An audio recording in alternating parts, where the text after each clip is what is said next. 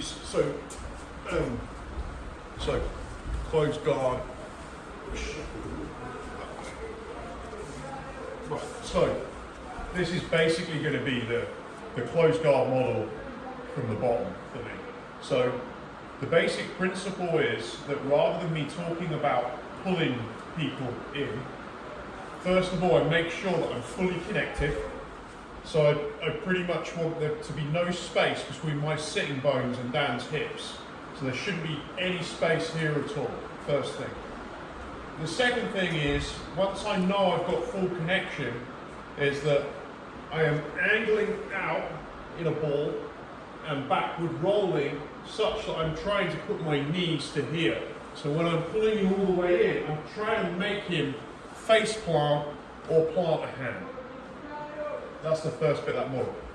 He will almost invariably then start to tilt his pelvis, lean back, even like a complete beginner will completely lean their body back.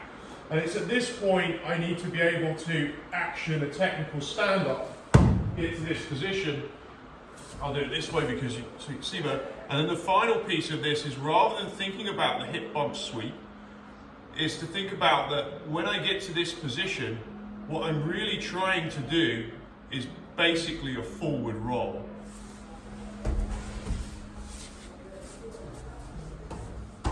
Now, obviously people can add in their own preferences and talk about, well, no, the hip bump's slightly different, but I actually think that you need the hip bump and a forward roll because of where the guy can place his hand and weight, right? So there's like traditional hip bump and forward roll, but principally it's a forward roll.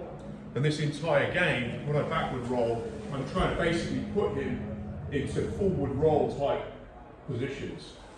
So the whole thing largely ends up being about backward and forward rolls. And that's the video. So that's the model.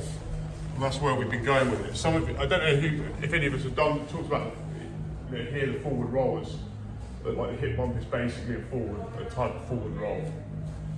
And you can argue it because the hip bump really drives with the hip, and the shoulder roll leads with the shoulder.